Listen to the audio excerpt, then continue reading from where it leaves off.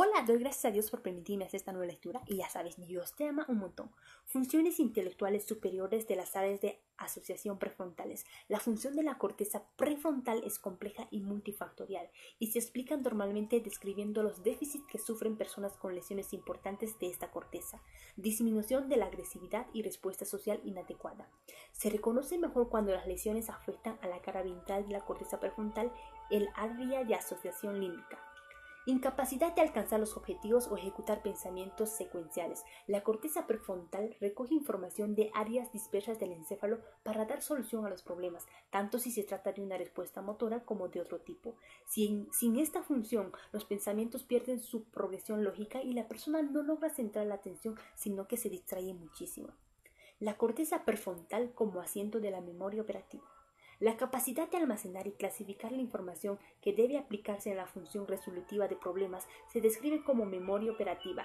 Al reunir estas porciones de información almacenada, se pueden elaborar pronósticos, planes de futuro, demorar respuestas mientras se recaba más información, contemplar las consecuencias de los actos antes de realizarlos, correlacionar la información de varias fuentes y controlar los actos con arreglo a las leyes sociales o morales.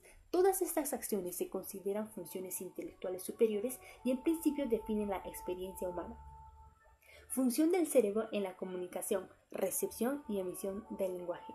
Existen dos aspectos de la comunicación: la recepción del lenguaje, el lado sensitivo, y su emisión, la vertiente motora.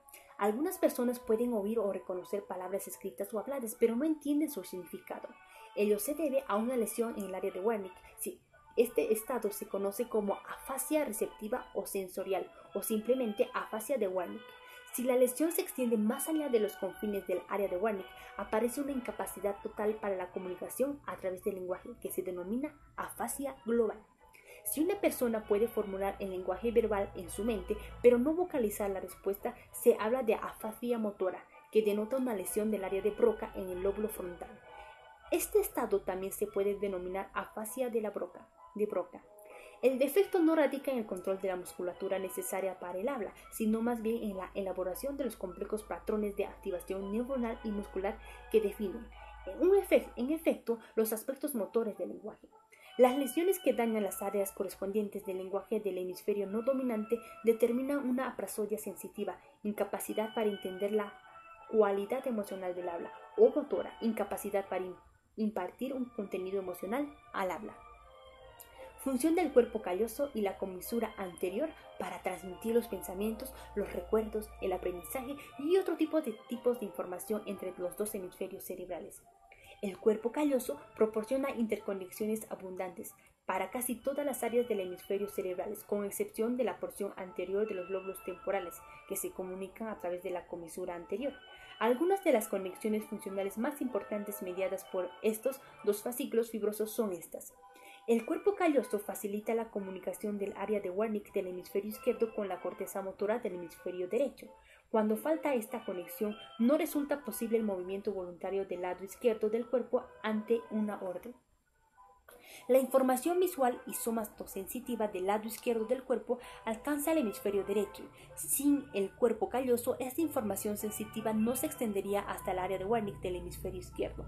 En consecuencia, esta información no se procesa en el área de Wernicke y se hace casi omiso del lado izquierdo y del campo visual izquierdo.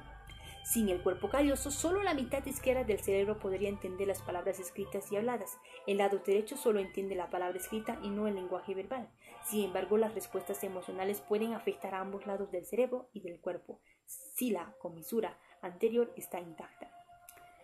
Pensamientos, conciencia y memoria. Los sustratos neurales de los tres procesos del pensamiento, la conciencia y la memoria, no se conocen bien todavía. La teoría holística propone que el pensamiento obedece a una estimulación en forma de patrones de la corteza cerebral, tálamo y el sistema límbico. Cada una de estas regiones confiere un carácter u una cualidad particular al proceso. Memorias funcionales de la facilitación y la inhibición sinápticas. Las memorias aparecen por cambios en la transmisión sináptica entre las neuronas a raíz de la actividad neuronal previa. Estos cambios generan vías nuevas, vías facilitadas o vías inhibidas que aparecen en los circuitos neuronales pertinentes. Estas vías nuevas o alteradas se denominan huellas de la memoria.